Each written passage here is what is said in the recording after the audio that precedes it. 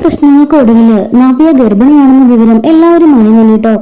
അതായത് യാഥാർത്ഥ്യമായും നവ്യ ഗർഭിണിയായാണ്. പക്ഷേ അബദ്ധവശാൽ അവളുടെ ഭാഗ്യമില്ലായ്മെന്ന് പറയാൻ കേട്ടോ. അവൾ ഗർഭിണിയല്ലാന്ന് എല്ലാവരും അറിഞ്ഞ് ഏകദേശം ഒരു 2-3 ആഴ്ചക്ക് ശേഷമാണ് അവൾ വിശേഷം അറിയിക്കുന്നത്. അങ്ങനെ ഡോക്ടറെയൊക്കെ കൂട്ടിക്കൊണ്ടെന്ന് ചെക്കപ്പൊക്കെ ചെയ്യുന്നുണ്ട്. അവൾ ഗർഭിണിയാണെന്നുള്ള വിവരം എല്ലാവരും അറിയുന്നുണ്ട് കേട്ടോ. അങ്ങനെ ഈ ഗർഭകാല പൂജയ്ക്ക് വേണ്ടിയിട്ട് നവ്യനെയും കൊണ്ട് എല്ലാവരും കൂടിയിട്ട് അമ്പലത്തിലേക്ക് പോകുന്നുണ്ട്.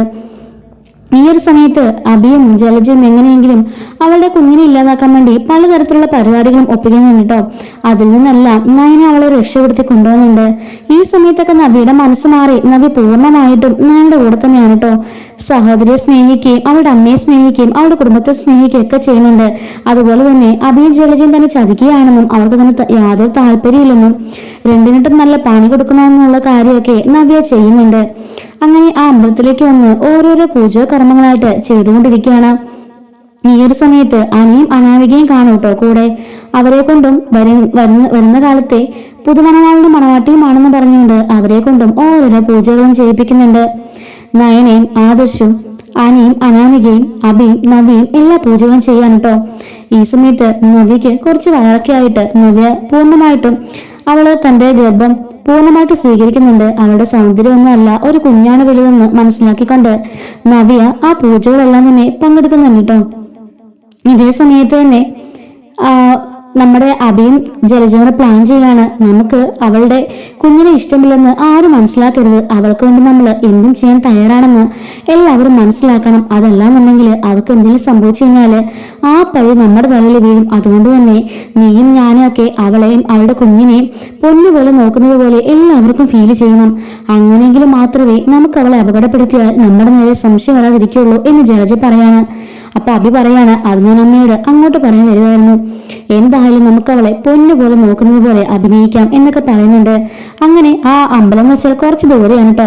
ഇവരെല്ലാവരും ഫാമിലി ആയിട്ട് തന്നെ ഒരു പാക്കേജ് ആയിട്ട് വന്നിരിക്കുകയാണ്. കൂടെ കനകവും ഒക്കെ ഉണ്ട്. നന്ദുമില്ല, കനകമുണ്ട് കേട്ടോ. അങ്ങനെ കനകമാണ് ഇവളെ പ്രൊട്ടക്ട് ചെയ്തൊക്കെ നടക്കുന്നതൊക്കെ. അങ്ങനെ ഒരു സമയത്ത് അവര് ഇങ്ങനെ അവളെ സ്നേഹിക്കുന്ന പോലെ അഭിനയിക്കുന്നുണ്ട്. അങ്ങനെ അഭിയും ജലജയും കൂടിയിട്ട് നവ്യനെ കൂടുതൽ കരുതലോടെ സ്നേഹിക്കുന്നവരൊക്കെ കാണിക്കുകയാണ്. ഇതേ സമയത്ത് തന്നെ പൂജാരി പറയുന്നുണ്ട്, പ്രധാനപ്പെട്ട ഒരു ചടങ്ങുണ്ട്, അത് ഭർത്താവ് ചെയ്യാണെന്നുണ്ടെങ്കിൽ കുട്ടിക്ക് ഒരു അപകടം ഉണ്ടാവില്ല എന്ന് പറയുമ്പോൾ അഭി പറയാണ്, അതിനെന്താ പൂജാരി, ഞാൻ ചെയ്തോളാം, എന്റെ ഭാര്യയ്ക്കും എന്റെ കുഞ്ഞിന് വേണ്ടിയിട്ടല്ലേ, എന്തും ചെയ്യാൻ എനിക്ക് യാതൊരു മടിയില്ലെന്ന് പറയുമ്പോൾ തന്നെ നയന സംശയത്തോടെ തന്നെ അഭിയെ നോക്കുന്നുണ്ട്. അപ്പൊ നവ്യ മനസ്സിൽ കരുതുകയാണ്, എനിക്കറിയാടാ, എല്ലാം ചെയ്തു തരുന്ന പോലെ നീയും നിന്റെ തള്ളയും അഭിനയിക്കുകയല്ലേ, എന്നിട്ട് എനിക്ക് എന്തെങ്കിലും ഒരു അപകടം ഉണ്ടാക്കാനാണെന്നൊക്കെ എനിക്ക് മനസ്സിലാവുന്നുണ്ട്. നിന്റെ മനസ്സിലെ കള്ളത്തിലൊക്കെ ഞാൻ പണ്ടേ മനസ്സിലാക്കിയതാടാ എന്നൊക്കെ അവളിങ്ങനെ മൈൻഡ് വോയിസിൽ പറയുന്നുണ്ട്. നയന ആലോചിക്കാണ്, എന്റെ ഈശ്വര, ഇവൻ ഇങ്ങനെ കാണിക്കുന്നുണ്ടെങ്കിൽ അതിന്റെ പിന്നിൽ എന്തെങ്കിലും ഒരു കള്ളത്തരം കാണും, അതുടൻ തന്നെ പുറത്താവുകയും ചെയ്യും എന്നൊക്കെ ഇങ്ങനെ നയന ആലോചിക്കുന്നുണ്ട് കേട്ടോ. അങ്ങനെ ഈ പറഞ്ഞ പ്രകാരം പൂജാരി കണ്ണടച്ചിട്ട് ഇരിക്കാൻ പറഞ്ഞു നബിയോട്. അങ്ങനെ നബിയുടെ നെറ്റിയില് കുറിയൊക്കെ തൊട്ടു കൊടുക്കുന്നുണ്ട്. അതിനുശേഷം നാക്ക് നീട്ടെന്ന് പറഞ്ഞിട്ട് പഴയപടി തന്നെ ശൂലം നാക്കില് തറച്ചു കൊടുക്കുന്നുണ്ട് കേട്ടോ. അവിടെ അബി കടന്ന് വലിയ വായിൽ കാറുന്നുണ്ട്. ഇത് കാണുമ്പോൾ നവ്യക്ക് ഒത്തിരി സന്തോഷമാകുന്നുണ്ട് കേട്ടോ. അപ്പോഴേക്കും ജലജ, എന്റെ ഈശ്വര, ഈ ഒരുത്തി കാരണം എന്റെ മോൻ എന്തൊക്കെ അനുഭവിക്കണം എന്നൊക്കെ പറയുന്നുണ്ട്. ഇതേ ഉള്ള പൂജാരിന്ന് ഇങ്ങനെ അവൻ നോക്കുമ്പോഴേക്കും പൂജാരി പറയാണ്, തീർന്നിട്ടില്ല മോനെ, ഇനി നീ ഈ അമ്പലത്തിൽ വരുന്ന എല്ലാവരും ഇന്ന് ഭിക്ഷ മേടിക്കണം എന്ന് പറയാണ്. ഭിക്ഷ മേടിക്കാനോ എന്നിങ്ങനെ അവൻ ഞെട്ടിലോട് ചോദിക്കുമ്പോൾ, അതെ, നിന്റെ കയ്യിൽ ഒരു തുണി തരും, ആ തുണി കൊണ്ട് നടന്ന് ഈ അമ്പലത്തിലെ എല്ലാവരും നീ ഭിക്ഷ മേടിക്കണം എന്ന് പറയാണ്. അങ്ങനെ ഭിക്ഷ മേടിക്കാൻ വേണ്ടിയിട്ട് ഇവൻ മനസ്സോടെ പോയിട്ട്, എന്റെ ഈശ്വര, ആരെങ്കിലും എന്നെ ഈ കോലത്തില് നമ്മുടെ നാട്ടിലുള്ളവർ കണ്ടാൽ എന്താവും അവസ്ഥ, എന്റെ അവസ്ഥ തന്നെ താറുമാറായി പോവല്ലോ എന്ന് പറഞ്ഞിട്ട് അബി ആ ഒരു തോർത്തും കൊണ്ട് നടന്ന് പിച്ചതുകൊണ്ടാണ്. അങ്ങനെ എല്ലാരും ഇവന് ഭിക്ഷ ചെയ്ത് കൊടുക്കുന്നുണ്ട് കേട്ടോ. അതെല്ലാം തിരികെ കൊണ്ടുവരുമ്പോഴേക്കും പൂജാരി പറയാണ്, അതെല്ലാം കൊണ്ടുവന്നിട്ട് ആ നേർച്ചപ്പെട്ടിക്കുള്ളിൽ ഇട്ടേക്കാൻ പറയുന്നു.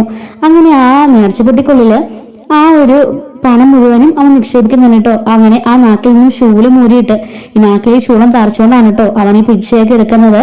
വേദന ഒരു സ്ഥലത്ത് അവന്റെ കൂടെ അപമാനം സഹിച്ച് അവനാകെപ്പാടെ നാണം കിട്ടി മാറുന്നുണ്ട്.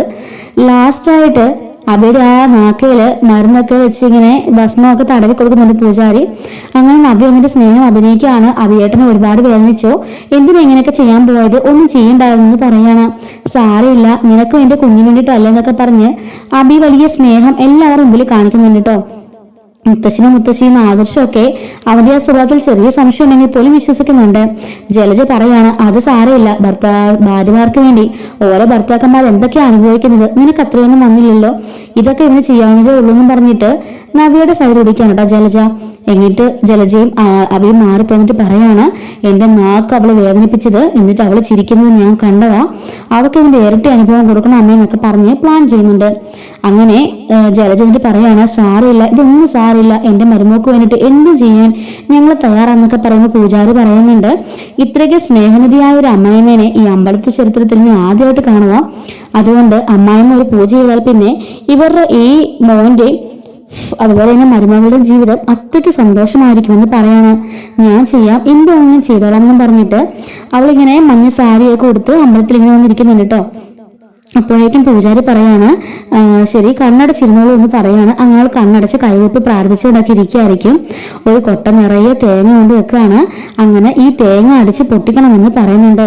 അപ്പോഴേക്കും ജലജ പറയാണ്, കല്ലോ എല്ലാം എടുത്തോണ്ട് താ, ഞാൻ അടിച്ച് പൊട്ടിക്കാന്ന് പറയുമ്പോൾ, നിങ്ങളല്ല നവിയാണ് അടിച്ച് പൊട്ടിക്കേണ്ടത് എന്ന് പറയുമ്പോഴേക്കും, അവളാണോ പിന്നെ ഞാനിതിനോട് ഇരിക്കുന്നതെന്ന് ജലജ ചോദിക്കുകയാണ്. അതൊക്കെ പറയാന്ന് പറഞ്ഞിട്ട് പൂജാരി പറയാണ്, ആ സ്ത്രീയുടെ നിന്റെ അമ്മായിയുടെ തലയിൽ അടിച്ചോളാൻ പറയുമ്പോഴേക്കും ജലജ ഞെട്ടുന്നു.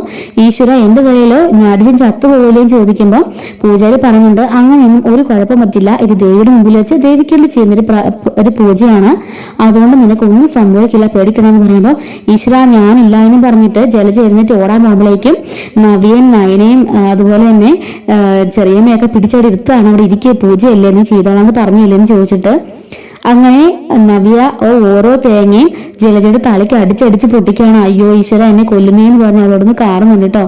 അങ്ങനെ കൊട്ടയിലെ അവസാനത്തെ തേങ്ങയും എടുത്ത് നവ്യ ജലജയുടെ തലക്കിട്ട് നല്ല അടി വെച്ച് കൊടുക്കുന്നുണ്ട്. അവളുടെ മനസ്സിലുള്ള എല്ലാ വാശിയും അടിച്ചു കൊടുക്കുന്നുണ്ട് കേട്ടോ. കനകമാണെങ്കിൽ ഈശ്വര, എനിക്ക് കൊടുക്കാൻ പറ്റാത്തത് എന്റെ മകള് കൊടുത്തല്ല, സന്തോഷമായെന്ന് പറഞ്ഞിട്ട് കനക ഇങ്ങനെ ചിരിച്ചോണ്ട് നിൽക്കാണ് കേട്ടോ. അങ്ങനെ എല്ലാ തേങ്ങയും അടിച്ചുടക്കിയാണ് ലാസ്റ്റ് ജലജയ്ക്ക് ബോധം പോകുന്നതിലൊക്കെ പോകുന്നുണ്ട്. ഇനി നിങ്ങൾ കുറച്ചേരം അടപ്പൊന്ന് റെസ്റ്റ് എടുത്തോളാൻ പറഞ്ഞിട്ട് പൂജാരി പറഞ്ഞു വിടുന്നുണ്ട്.